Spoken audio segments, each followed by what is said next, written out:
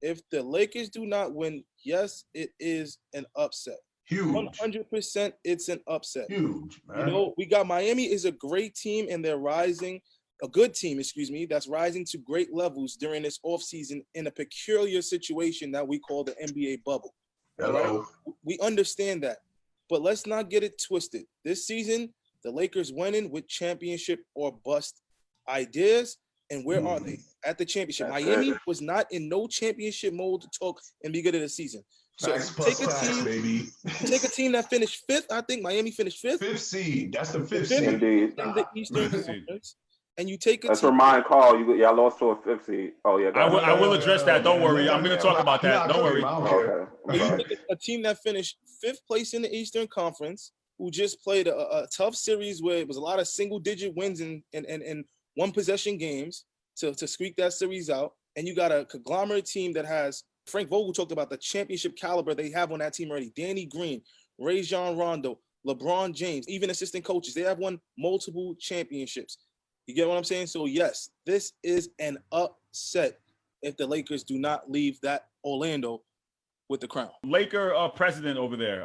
Yes, sir. What are your thoughts on this series? I could hear you in my head. Lakers in 3, Lakers in 2. What are you thinking here, sir? Series is over already. Like, what do you mean? Lakers in 0 zing. Like, it's over. It's been over since the last series. You see what it is. AD and LeBron, put them up there with Kobe, Shaq, Magic, Kareem. Is going there, and this is just the preliminary. Before you even finish, this is just title number 1. This is just a preliminary. Listen, do you realize? Huh? When they see us, you took the when they see us shirts and you made Laker Nation. Oh, yes. Listen, but let me tell you something though. You do realize the historical context of your shirt, right?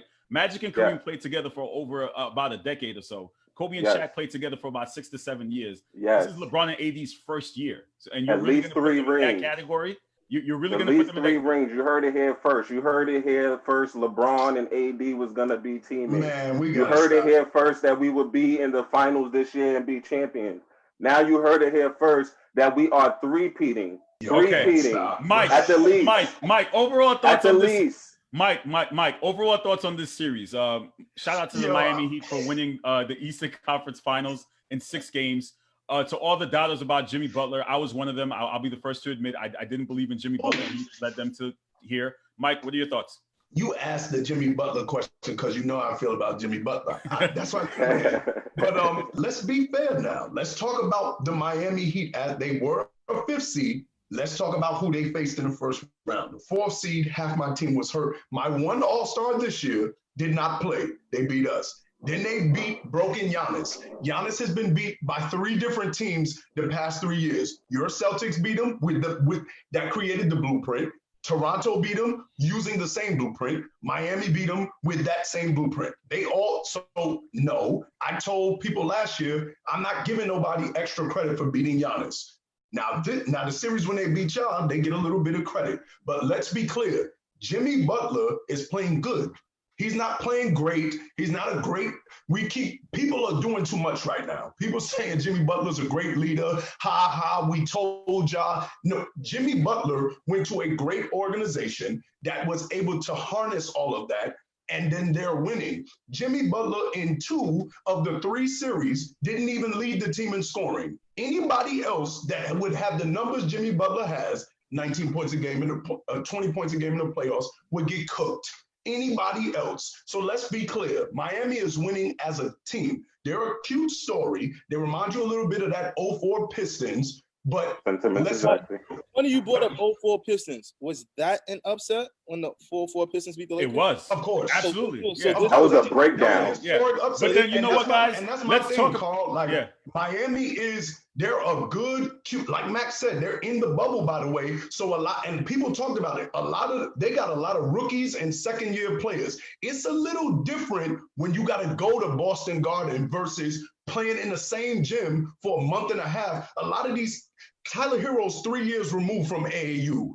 He was just playing in something like this. Yeah. So a lot of people are more comfortable in this type of we just play ball bubble situation. So while it's a nice story, if the Lakers should watch them. So for me personally, I read between the lines in this series. I did a little promo about it. You saw Pat Riley, who's a Laker great. He coached the Showtime Lakers. Now he's the president in Miami. LeBron won championships in Miami, and he left Miami to go back home to Cleveland. Pat was a little upset. There's a little bit of, I don't want to say beef, but there's a little bit something there between Pat Riley and LeBron. Is this series really that personal, or are we just, as the media, making it more than it is, Coach? Well, media, congrats again. You guys will find a story out of thin air. Exactly. Yes, this was a conversation maybe when LeBron had just left, but let's talk about where each franchise has been since him leaving Miami to go to Cleveland. He's won a championship in Cleveland, returned home, one of the biggest comeback in basketball history in defeating the Golden State Warriors. Pat Riley has never done a tank season. He's always kept rebuilding and rechipping and building pieces. No one started this year or even midway through the year and said, we can see Miami and Pat Riley, his motivation, meet LeBron in the championship round. Now, all of a sudden, it's like Super Bowl week. We got 4 days of no stories, of no games, and the media said, yo, we're going to grab anything. I even saw today that somebody said, and much respect to Danny Green, but they said, let's not forget Danny Green is going on his third ring with a third different team and put him in LeBron picture. Like, the media. But listen, to be fair to my guy, I have to tell you, there are only 2 other players in NBA history to win 3 championships with 3 different teams. Robert Horry and John Sally. LeBron and Danny Green will become the 3rd and the 4th. I just have to throw that out there. Those are the facts. I have to protect my guy, Danny Green. I'm sorry. Let me just throw a note in that real quick, Carl. Just real quick with that. Go ahead. Because I literally hate that stat, and I hate every time they said it about LeBron. I hate it when they were saying it about Kawhi. That is such a context kind of stat. Nobody else in other eras was going from team to team to team to team to team. So that stat only fits in the context of this era where everybody goes from team to team to team. But you can't say that because there are 2 players who haven't actually Robert Horry and John Sally. They didn't play in this era, and they had. But what I'm saying is, but no, they say how much John Sally? There was player movement, but it was mostly through trade. It's a fact. How are you trying to? It's a fact. No, I'm not discrediting it. No, I'm not discrediting it, Carl. What I'm saying is it's a context stat, and they're really talking about Kawhi and LeBron leading, not Danny Green being a part of a team. And so in terms of superstars leading a team to championships on multiple teams, that's a context stat because superstars of another era didn't go from team to team to team to team to team. So they would have never got that stat. Doesn't exist in other eras because nobody was doing that. Okay. Superstars. That's all I was saying. Coach, what were you going to say about that? No, I was going to say, I mean, we live in an era where that happens, and I'm cool with it. Listen, we need something to talk about. Sure. If LeBron gets 30 points, they're going to say he's the first guy to get 30 points in the bubble during the finals. That's right. So let's talk about the finals MVP and how is that important to LeBron's legacy. I know that's been leading the way in certain aspects about how Anthony Davis, he has to win. Does LeBron have to win the finals MVP here? I don't think so. I think his legacy is already cemented. He's played 17 years. We know he's an excellent player. Does he have to win it? But to the LeBron enthusiasts or the LeBronians, they will sit here and argue because he's in competition with MJ, he has to win it. Anthony, what are your thoughts about that? No, not at all. To me, he already gave that up when he gave the keys to AD before they even got on the court together. He told y'all this is going to run through AD. Why? Because AD is going to bring him through his career just the same way Magic brought Kareem through and so on and so forth. Like, this is how it goes. He's smarter than that. We all know LeBron is smart and he's very calculated. So, again, this is why AD has been leading the way all year through the regular season, through the playoffs. I don't think anything is going to change, especially against these little guys in Miami. So through the finals. And I see it being close. I see, especially if LeBron have a game like he had in Game 5 of the last series, if he have a series like that where you just want to, go dumb for the series or whatever, I can't deny it. But for the most part, if we play our offense how we've been all season and just, go through it like as we usually would, AD should be Finals MVP, and Bron is okay with that because, again, his legacy is cemented, and right now he's just collecting chips.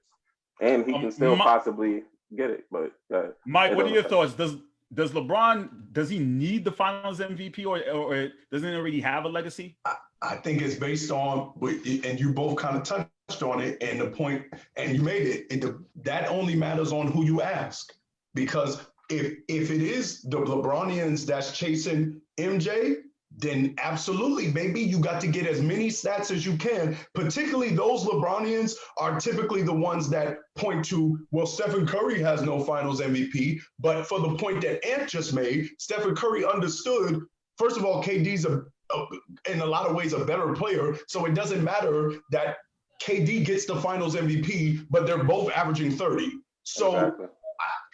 Speaking objectively, who cares about being like, it's good to be considered the best player for 2 weeks, but in this case, like a 1 week of the finals. But ultimately, if you do what your team needs you to do, as Ant said, if LeBron said from the beginning of the season, this is going to run through AD, then if it runs through AD wins a championship, to me, that doesn't matter. But if you start talking that Jordan conversation, again, now we splitting hairs. Now we got to nitpick. Now we got to start counting and collecting stuff. So if we start doing that, then it's fair game to say, baby, this man got 6. You only got 3 finals MVPs.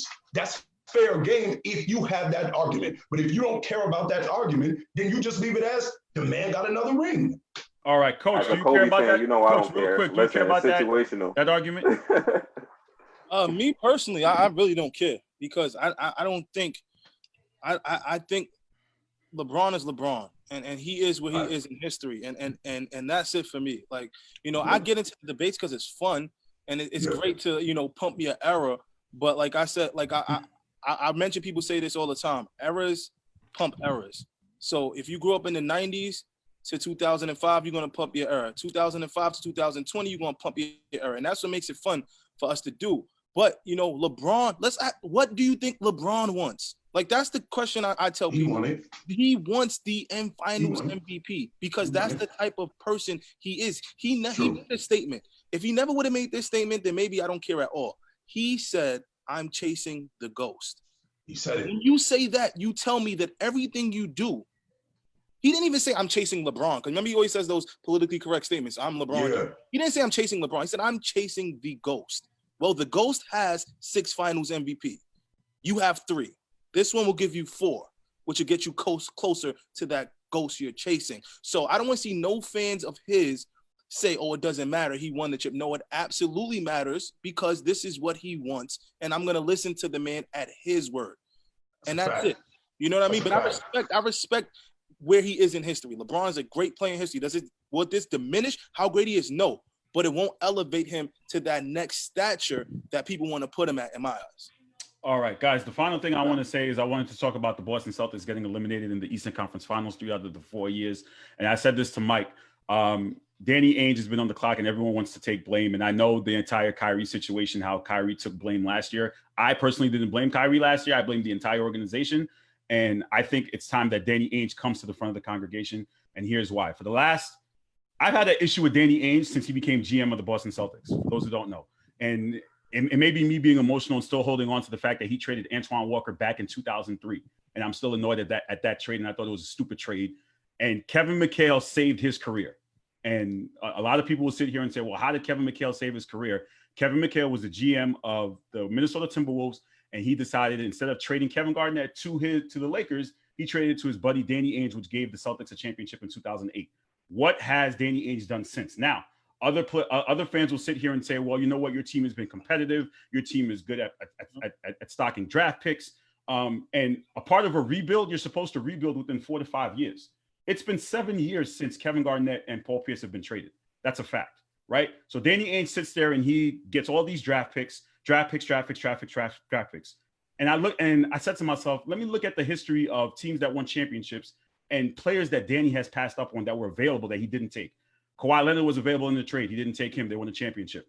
Kevin Love, and people may think about his play, I'm just talking facts, was available in the trade. He ended up winning a championship. Serge Ibaka was available. Marc Gasol was available. All these bigs. DeMarcus Cousins was part of an NBA Finals team. Anthony Davis is now in the NBA Finals. All of these are players that Danny Ainge passed up on. Danny Ainge passed up on all these players, and we sat by and he said, you know what? I'm going to build for the future, 3 out of the last 4 years, the Celtics have been in the NBA Eastern Conference Finals and still can't get to the finals. So at some point, we have to look at it like this. And Mike Miller says it best. We have a lot of ingredients, but he's not enough. Like, it's not getting done in the kitchen. So who's in charge of putting those ingredients together? Is it not Danny Ainge?